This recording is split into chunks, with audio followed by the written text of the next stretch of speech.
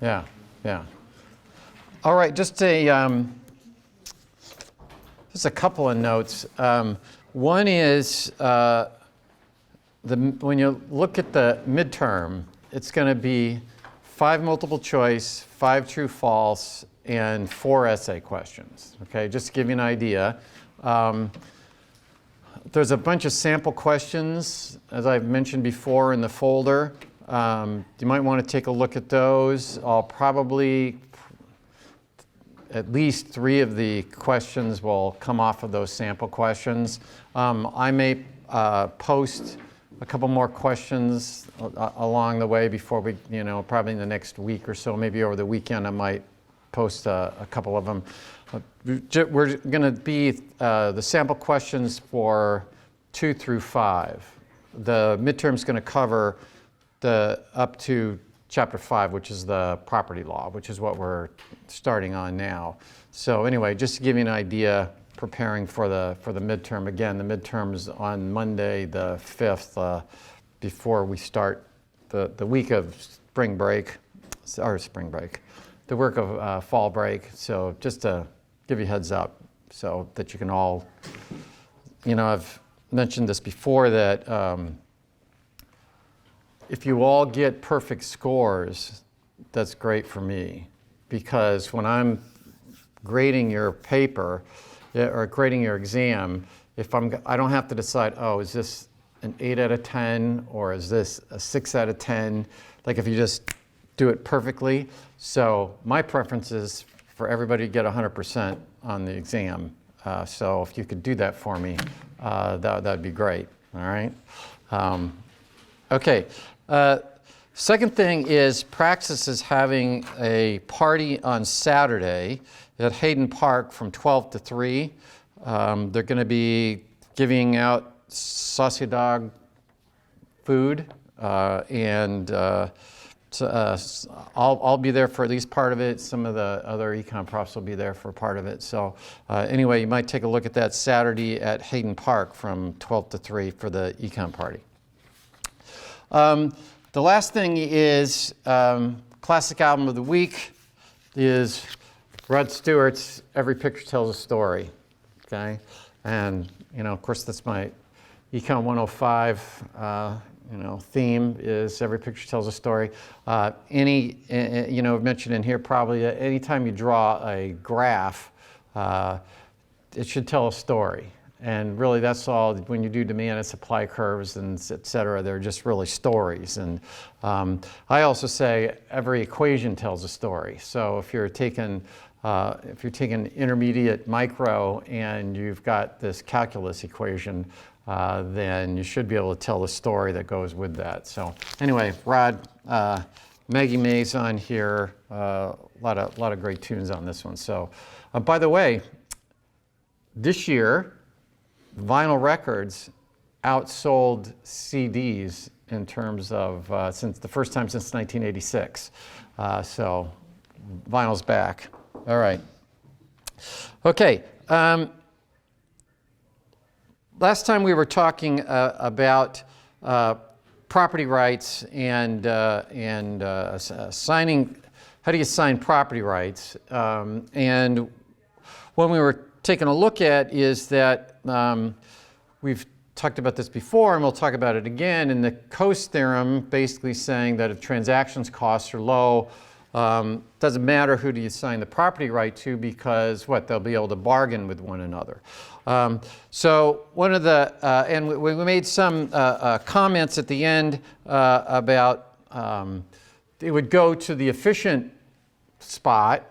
But we talked a little bit about, some people have think about fairness, and we said, even though it's the cow that's eating the farmer's corn, and it looks like the cow's doing the damage. That's really, we're talking not about fairness, we're talking about efficiency, and we talked about coming to the nuisance, right? If I've got my corn drying equipment and you build a subdivision next door, who caused the externality, right? There wasn't any externality till you built the subdivision. So that was one of the things that Coase pointed out in his paper. But we did mention a little bit about, I mean, sort of one of the bigger things that matters for income distribution, right? You'd like to have the property right. And so when we assign the property right, whether we give it to you or give it to me, it will affect the distribution of income. So we talked a little bit about that. We talked a little bit about if the income effects are large, then it might affect demand and supply for goods. We talked a little bit about the endowment effect, so that the price might be a little bit different depending on who you gave it to, because we said that it turns out that from behavioral economics, people have to be paid more for a thing than they would pay to buy the thing, it turns out. Not all the time, but that's part of it. And then we also talked a little bit about social norms. So what about transactions costs, right? So if transactions costs are high, then Coase isn't going to work out. Okay, so what are if we think about what are the elements of transactions costs, which is if you're setting up the legal structure to be efficient, right, you'd like to have it so that transactions costs are low, both that we could bargain when we talked a little bit about moving my guitar to you, thereby moving it from somebody that values it less to somebody that values it more. We've got the surplus, and that happens if you buy it from somebody. So we'd like to make it so that those transactions costs are low so bargains occur. But also, to solve externality problems, you don't have to know who values it the most if you have the Coase theorem, right? All I got to do is assign the property right. So what we'd like to do is to look at, can we think of ways that we can structure the law so that the transaction costs are lower? So let's think about what sort of elements might you have transactions costs. Well, first of all, you got search costs. Okay, I want to buy a 1965 Ford Mustang. Okay, how do I go find it? How do I find the person that's got the 1965 Ford Mustang? Okay, now 20 years ago, pretty hard to do, right? How would you guys find a 65 Ford Mustang? Where would you go? Yeah. Craigslist, eBay, right? There's been advancements in technology that have reduced these search costs, right? So you got eBay, right? Craigslist. Okay, so those things have made it so that the search costs have gone down substantially. Now, part of what's going on too is that if you know everybody's BATNA, right? So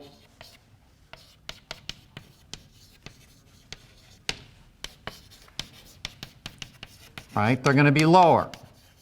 Right, if I know you remember the BATNA is the best alternative, so it's your threat, your threat value. So that if I know that you're willing to pay $300 for my guitar or $400 for my guitar, right, that reduces this bargaining cost.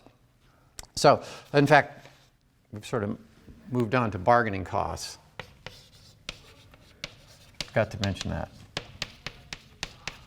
Okay, so so you got your search costs, and then you got your bargaining costs, which we're going to talk about right now. And the bargaining costs are low if I know what your BATNA is. So think about that.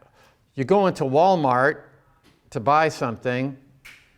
I know what Walmart's BATNA is, right? It says right on there.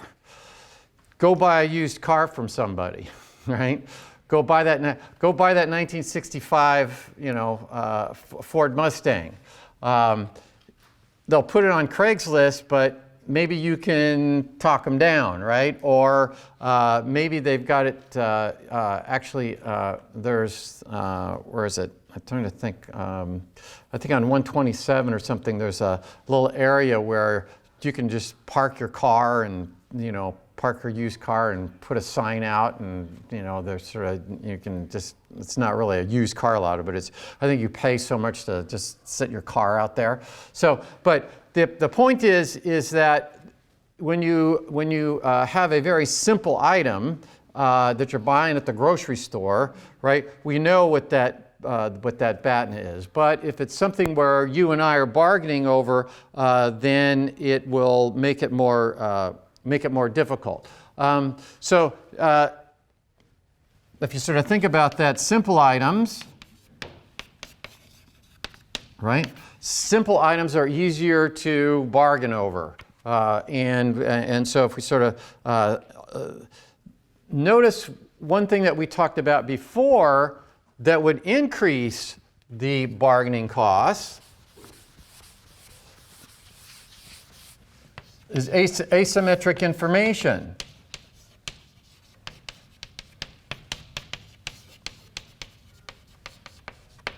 Right? That was Akerlof-Lemon's principle.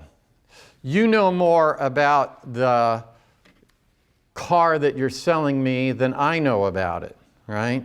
So that makes it more difficult to bargain. So things that you could think of, warranties, right? That would reduce that bargaining cost. Or the if we have insurance. Remember, we were talking about insurance, that when you go to buy health insurance, you might know more about your health than the insurance company does. Okay? So the insurance company might require you to go get a physical before they sell the insurance. Okay, so these bargaining asymmetric information will increase this bargaining cost. So if you think about property law, what it ought to do is, if we have property law, what it ought to do is create clear and simple rights. Okay, here's what the rights are, because remember, property's a bundle of rights. What it ought to do is put clear and simple. So I know what I'm bargaining over. So when you don't want to draft a law that makes it's not really clear who can use what or how this thing works, right? You want to have clear and simple bargaining rights. Well, possession is part of that. Okay?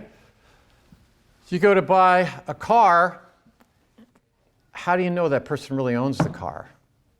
Right? They sell you the car, and then it turns out they stole that car, right? They didn't really own it. So what do you want to do? You want to have ways that make it so that you know that the person really owns the car. That will reduce the cost of making the bargain. So what is one way of looking at that? Possession, right? If we think, how many have heard the expression possession is 9/10 of the law, right? When you walk into Walmart, you presume they own it, right? You walk into any grocery store or something, you presume they own the product. You go down to Ken Stillwell Ford, you presume that they own the cars there, right? Because they possess it. So what you really need is that if when this transaction happened, you have and you bought it from somebody, then it's assumed that you are okay on your end of the deal, right? So we want to have clear a way of knowing that somebody possesses what the property is. So I want to have a law that does that. How many have ever heard of a guy named Henry DeSoto? Not too many? Okay, yeah. Henry DeSoto, he has written a number of books, and what he was looking at is why is it that Latin America tends to be so poor. So if you ever look up Henry DeSoto, and what he claimed, his main emphasis is that a lack of property rights, a lack of clear property rights,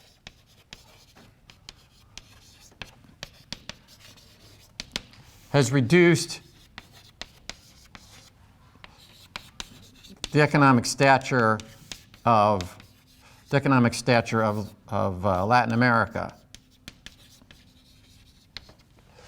That he says that why is it that Latin America, one reason that Latin America is less wealthy than we in Canada and the United States is they don't have good, clear defined property rights. If you have to bargain among multiple parties, so to think of what's another thing that would increase the cost of bargaining. Just you and I making a bargain, that's easier than if we're trying to bargain over lots and lots of people, right? So again, when you're applying the Coase theorem, we were talking about if you're driving your car down the street and you're using leaded gasoline, and that's improving, there's this externality, right? That's improving your gas mileage, but you're putting lead out into the atmosphere, and that's not being caught up in the price system, so that's this negative externality. Well, can the Coase theorem solve that? Well, probably not, because you got lots and lots and lots of people that you'd have to, whenever you drove by anybody's house, you'd have to bargain with them about whether you could spew a little bit of lead into their atmosphere, right? So when we look at cost of bargaining, when you have multiple parties, it's harder to make a bargain than if you have a few. People might be hostile to one another.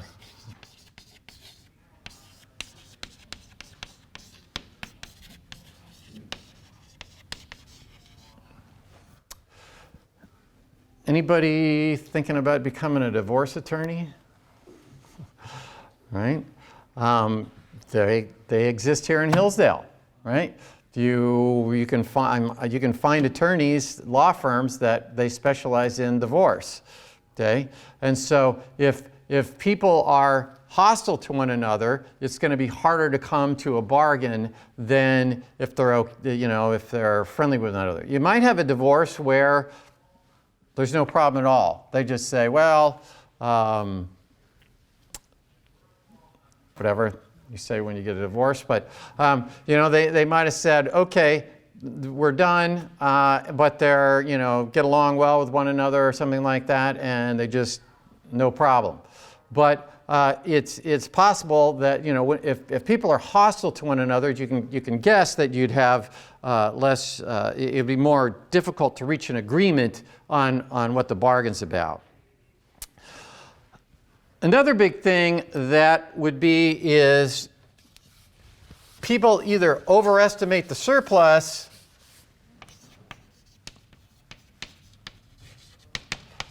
Remember that we said that when you and I make an agreement, what happens? There's a surplus. If I sell you something, then it's gone from somebody that values it at no more than the price that it got sold, and it goes to somebody who values it more, right? So we talked about that and how that gets split up last time.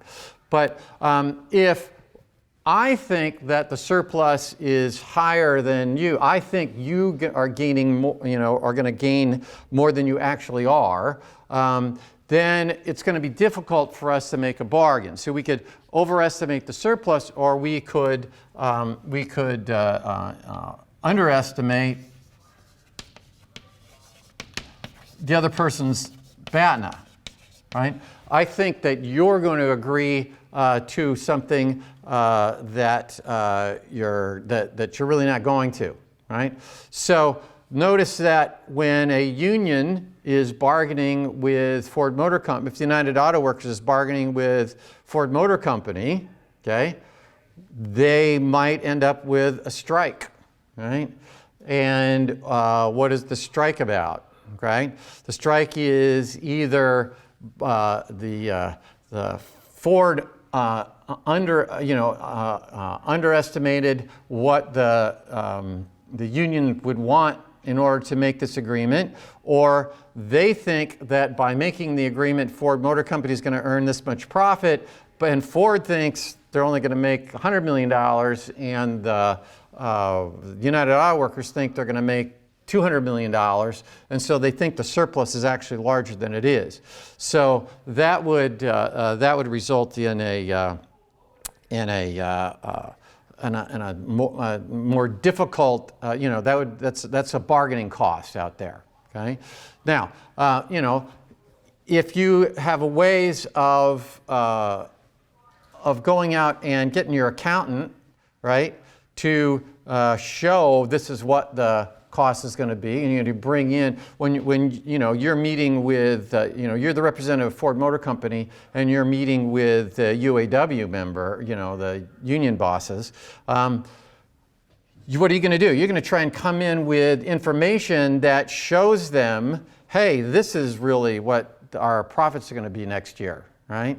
So the more information that you can provide, and what'll happen is you'll then go out and hire people to come in and hire accountants or whatever to come in and actually show those numbers to people. So you'll try and overcome these bargaining costs.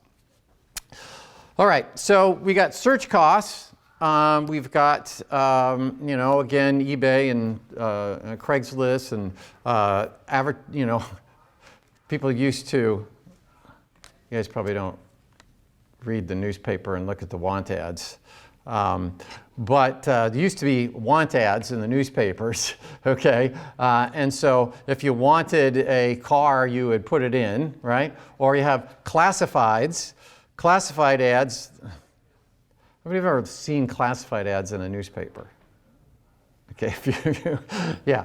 So they're sort of like the eBay of the old days. But you'd pick up a newspaper and it would classified ads, and you could look, so you would pay the newspaper to run an ad, 1965 Ford Mustang for sale, right? And so there are mechanisms to try to overcome these things. Then the bargaining costs, to the extent that we can set the statutes up so we have clear and defined property rights, and that people can know if we allow for warranties, right? I mean, warranties just don't pop out of nowhere. There's a law about them, right? Somebody's got to draft a law that allows warranties to happen. And so, to the extent that you can establish legal ways of dealing with this, then you can lower these bargaining costs. The last thing so we got the search costs and the bargaining costs. The last thing is enforcement costs.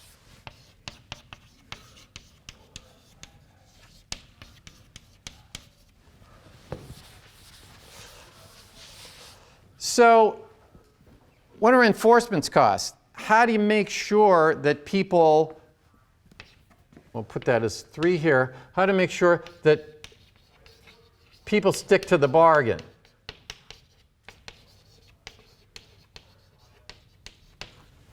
Right? So what are things that add to the enforcement costs? Well, one is time.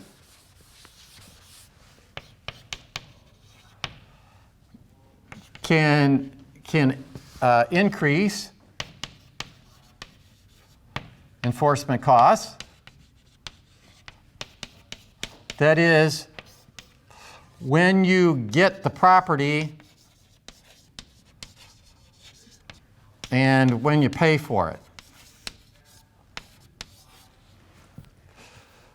When you go to, let's say you go to Market House, and you go into the grocery store there at Market House and you buy a package of hot dogs, okay, what happens? You take the hot dogs and you pay right there, right? Although I really hate where you have to do it all yourself. This is my own side thing, where you know, you go to Kroger's and there's and you know, you have to do it all yourself. Take it out and, you know, welcome Kroger's customer, and press this and then all that stuff, right? So I always wait in line.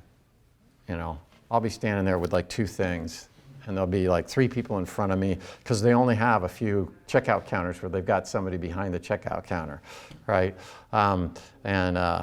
So anyway, that's just my own aside from things. But when you go to buy something at a grocery store, or you buy something at the gas station, what happens? You're paying for it right there, right? So the enforcement costs are low. But what happens if you go to buy something and the payment doesn't happen right away? Like you sell something on eBay, right? Do I have to send the money first and then you send me the product? Or do you send me the product and then I send you the money? Okay? How are we going to enforce it if I send you the product and then you don't pay me? Okay? Anybody heard of a thing called PayPal? Yeah, what's PayPal doing, right? PayPal's dealing with this, right? PayPal's trying to deal with the difference between the time that the person sends the product and the time that the person pays for the product.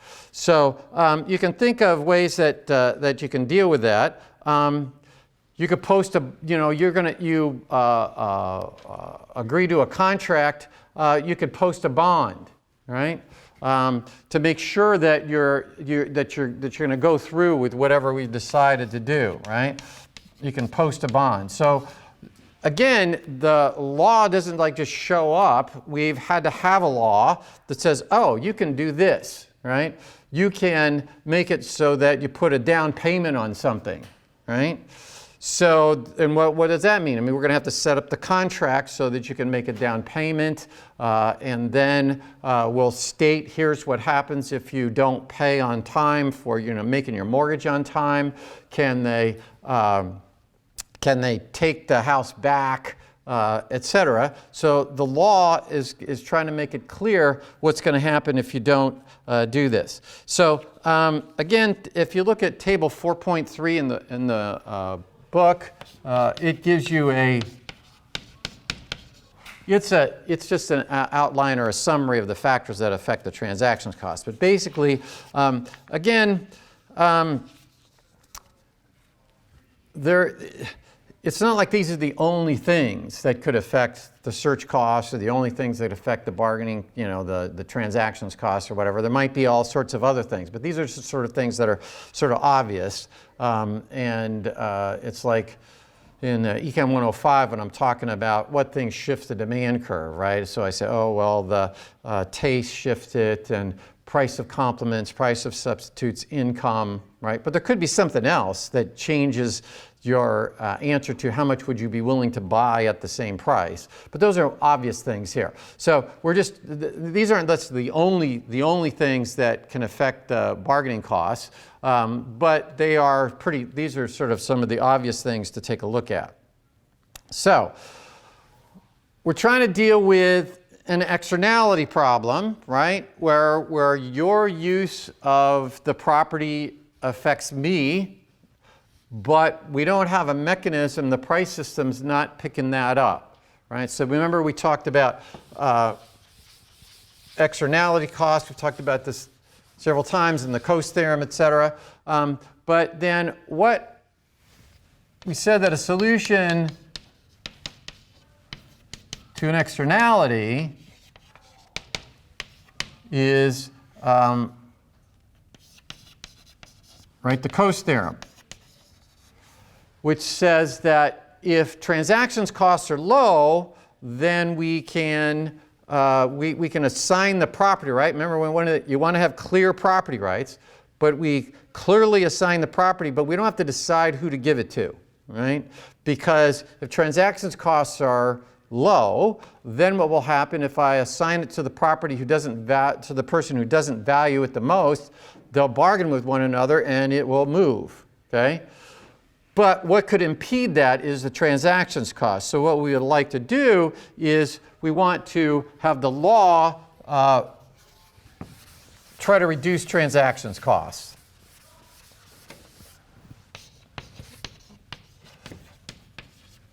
So to any of those transactions costs we were just talking about, if we can structure the law to make it so that if you're in possession of it, that you can assume when you buy it from somebody, you can assume that they've got possession of it. What if it's a vehicle? What happens when you go to buy a vehicle? Some of you bought a car before, right? So what happens? Yeah, you got a transfer of title, right? The law says, here is this document that says the state of Michigan says, do you have title to this thing?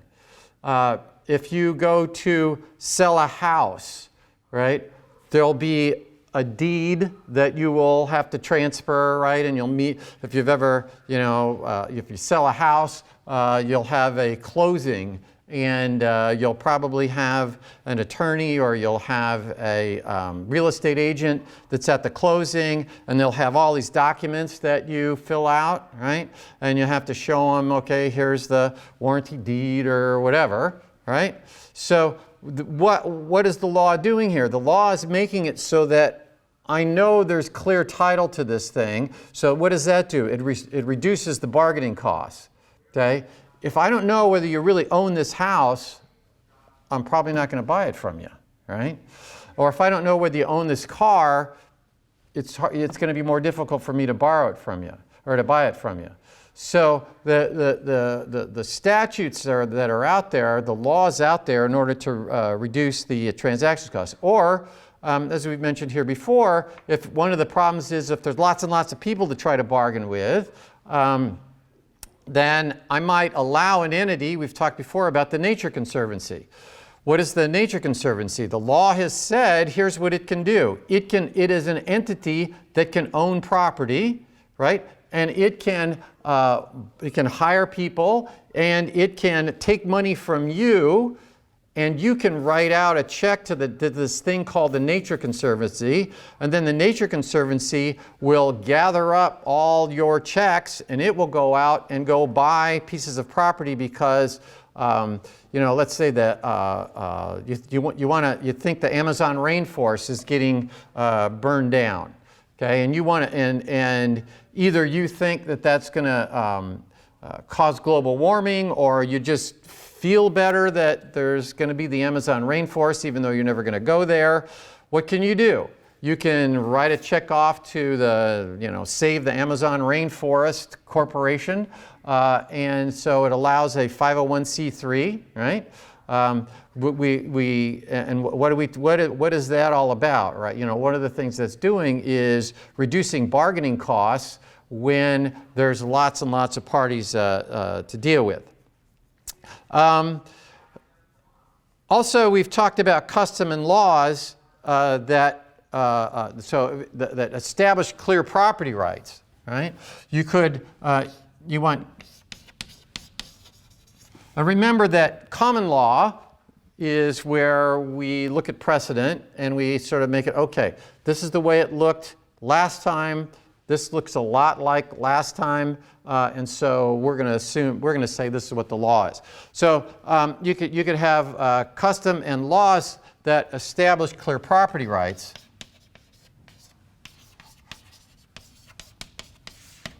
They are important because what happens with there is that you reduce the transactions costs. By establishing what these clear property rights are, you're going to establish you're going to reduce the bargaining costs. Now, the authors say there's sort of when you have high transactions costs or low transactions costs, they talk about what the law ought to be doing, and what they call the normative coast theorem, or they call it normative coast theorem. And what they're really just saying is, I'm going to structure the law to reduce the impediments to private agreement. Okay? I'm going to structure the law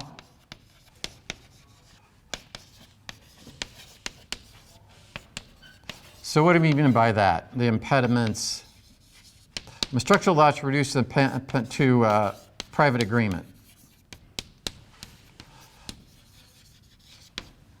So what it's saying is that, okay, I have a situation where I want to make sure that my use of the property doesn't interfere with your use of the property, or if it does, then whoever's got the right to use the property is the one that values it the most. Okay? And so we said, oh, okay, transactions costs, if we minimize those, then the parties will come to a bargain. So if we are looking at how we ought to draft the law, we'd focus on what? We'd focus on attempts to reduce the impediments to the private agreement. We're trying to reduce those transactions costs, either the search costs or the enforcement costs or the bargaining costs.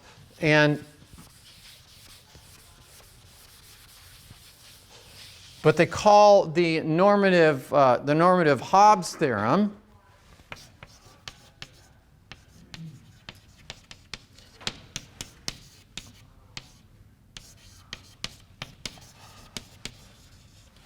the normative Hobbes theorem is saying, well, you know what? People aren't going to reach agreement very much. That is, there's going to be, the transactions costs are going to be sufficiently high that they're probably not going to reach an agreement. So here's what we ought to do. We try to minimize the harm, right? So you ought to structure the law to minimize the harm from a failure to agree.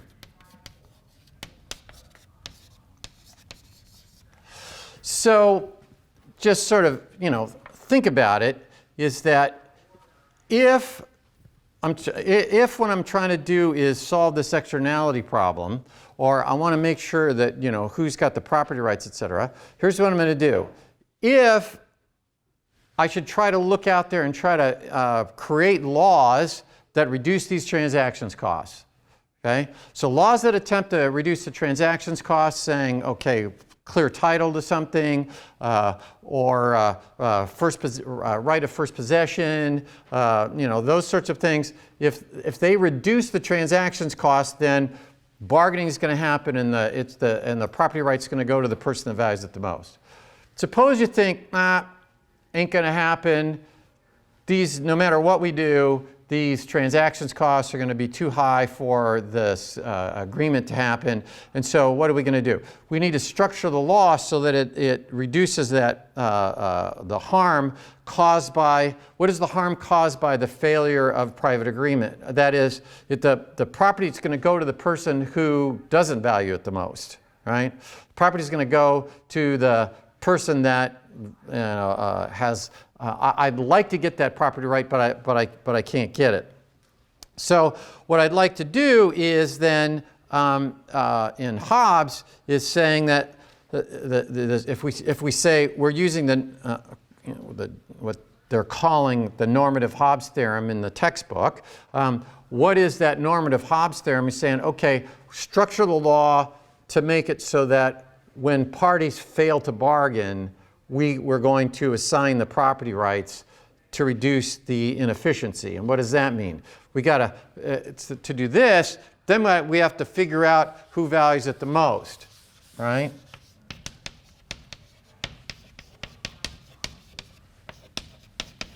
We have to figure out who values the property right the most. And then what are we going to do? We're going to give it to them.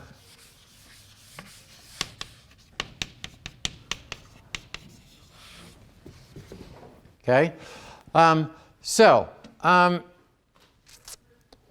If we then think about it, they've got, I need more information if there's going to be, if we say, oh my gosh, the search costs are going to be too high, or the transactions costs in total are going to be too high, then they're not going to reach private agreement. And so what should I do? I should assign it to the person that values it the most. How do I figure that out? That's the hard part, right? So I got maybe I can't overcome these search costs and bargaining costs and enforcement costs, so I got to assign it to the people that value it the most. How do I do that, right? That requires more information than if we can structure the law so that there's really low transactions costs, right? If we can figure out a way to do that, we don't need to know anything else, right? We can assign it to either party. Now, again, it will affect the distribution of income, but from an efficiency standpoint, if I can structure the law so that bargaining is very fluid, that it happens, often, then I don't have to know so much. If we say, you know what, lots of problems here, the enforcement costs are still high or whatever, then I gotta determine who values it the most, and I gotta assign it there. Why? Because it's going to stick there, right? What will happen is, why? Because it's going to stay with the person to whom the property right is assigned.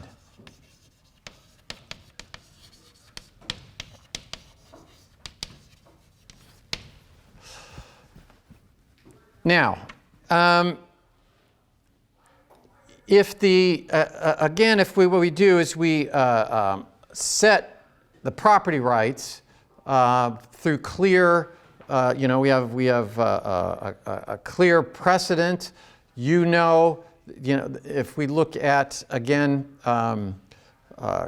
common law, and we look at what the court cases are, case studies, and you go through, and you're saying, okay, we know this is what the property rights are. They've been established over time. We, either through statutory, we've either done it statutorily, or we're looking at what the common law is about. Then what can happen is that the parties at hand are going to bear the transactions costs in order to get to the solution.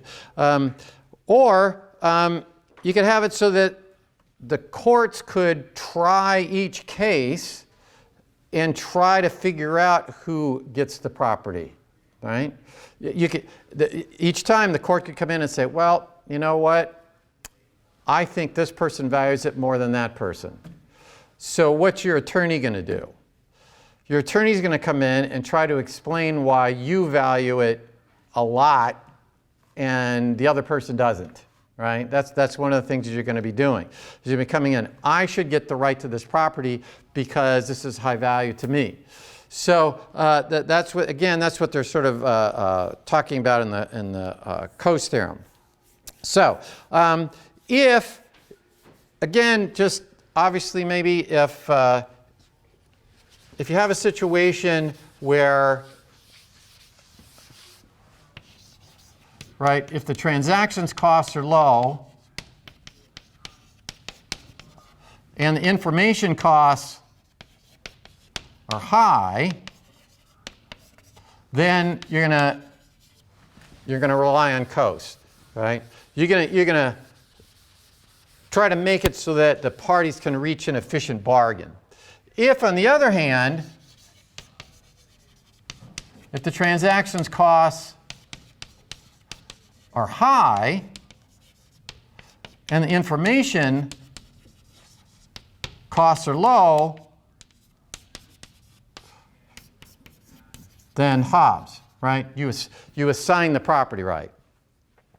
So, should you be able to burn leaves on your property? Okay? City Hillsdale. Should the law allow you to burn the leaves? Or do you have to wait for the city to come by and pick up the leaves? And do you have to pay if the city comes by to pick up the leaves? Okay? Or what about Milnes Road? There's a stop sign on Milnes Road. I don't know if you ever driven out, Milnes Road and US 12. Okay? So, who's got the right to pass? Right? Who's got the right to use that intersection? Right? So, transaction costs are going to be pretty high, right? And it's probably the benefit to people on US 12 of not having to stop is probably greater to them than it is for the people that are coming up on Milnes Road. So what do? We use the Hobbs method, right? We assign the property right. High transactions costs. I can't be out there bargaining with the person, I'm going 55 miles an hour, or shouldn't be going above 55, right? So you're going 55 miles an hour down US 12. I can't go, oh my gosh, can I go by? I'll give you 50 cents if you let me go by, right? Can't happen. So that's a situation where you got transaction costs that are high and information costs that are low. So what do? You assign the property right. But if it's something where it's easy for people to bargain, and you structure the law to make it easier for people to bargain, then you don't have to know who values it the most, right? The information costs, if the information costs are high, what do you want to do? You want to make it so that the transactions costs are low, so that people will come to a bargain. All right. Well, we're just leading into it. What we'll do more with on Monday is the next section, which is section Roman numeral V, Roman numeral 5 in chapter 4, and this is how do you protect the property rights, right? So we've talked about how do you assign them. How do you protect property rights? And there's two ways to protect property rights, two general ways to protect property rights. One is what they call the legal remedy.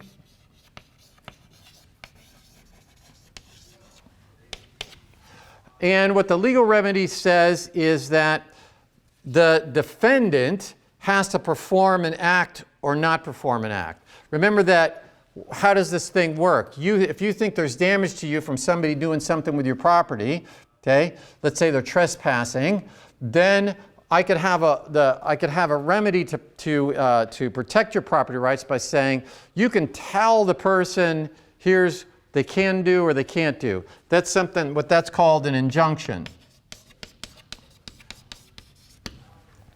An injunction is telling somebody that they have to fulfill the contract or they can't trespass or whatever. The other is what's called the equitable remedy.